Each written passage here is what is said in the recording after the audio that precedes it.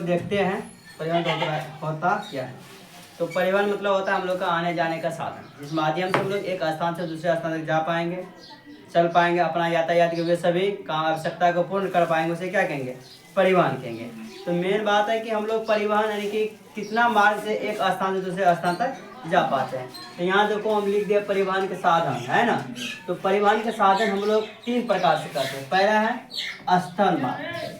स्थल मतलब होता है जमीनी पर, जिसे हम लोग जिस होकर के चलते हैं। और दूसरा लिखे हैं जल, और तीसरा क्या लिखे हैं, वायु। वैसे भी हम लोग को 3 प्रकार के सेना है, एक है स्थल सेना, दूसरा है वायु सेना, और तीसरा क्या है, जल सेना। तो पहले हम लोग जो मुख्य रूप से व्यापार करते थे किस होकर करते थे, जल माल से करते थे, ये से नहीं करते थे, क्योंकि उस समय हम लोग को उतना साधन नहीं था, यातायात की व्यवस्था नहीं थे।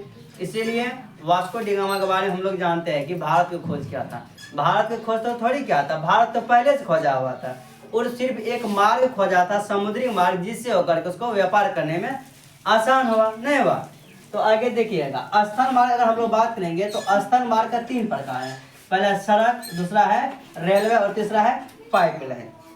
एक एक कर पढ़ते हैं।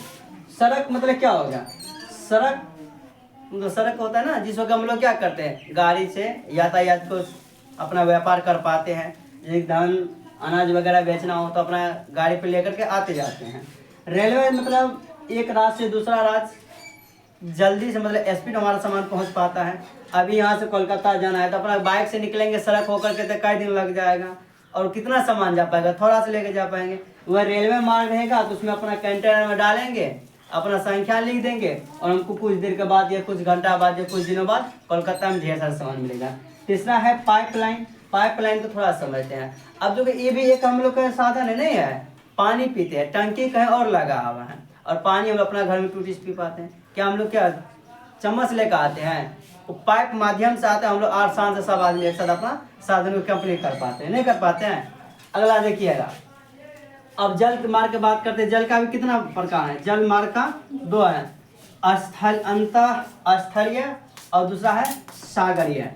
चलिए पहले हम लोग बात करते हैं अंतः स्थलीय क्या है। देखिए, स्थल मतलब भूमि, स्थल मतलब भूमि, और भूमि से हम लोग क्या निकालते हैं, जल निकालते हैं, नलकूप से, पाइप से, ट्यूबवेल से वगैरह से, जिससे हम लोग अपना आवश्यकता को पूर्ण कर पाते हैं।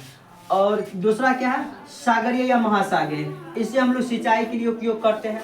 जैसे कि पिछला चैप्टर में हम लोग पढ़े होंगे, है ना, इंदिरा गांधी नहर के बारे में पढ़े थे ना। तो इंदिरा गांधी नहर को पहले हम लोग जानते थे राजस्थान के नहर के नाम से। तो राजस्थान के नहर से इसलिए जानते थे क्योंकि वो मरुस्थल वाले क्षेत्र में पाया जाता है, जो कि राजस्थान गुजरात क्षेत्र मरुस्थल है, नहीं है, उस क्षेत्र में वह क्षेत्र पाया जाता है। और वहाँ पर लिफ्ट के सिस्टम से पानी निकाल करके वहाँ क्या किया गया, वहाँ की व्यवस्था को अर्थात कह सकते हैं कृषि को उपजाऊ बनाया गया। वैसे कृषि को लगाया गया जिसको अधिक से अधिक जल की आवश्यकता हो, और वहाँ पर उपजाऊ होने लगा। और लास्ट बचा है तुम्हारा जो तीसरा है वायु। तो ये भी वायु संसाधन का भी हम लोग को 2 प्रकार है, एक है राष्ट्रीय और दूसरा है अंतर्राष्ट्रीय। तो हम लोग 10th में पढ़े होंगे राष्ट्रीय अंतर्राष्ट्रीय अपमार्जक के बारे में, ठीक है। देखिए पहले हम लोग राष्ट्रीय के बारे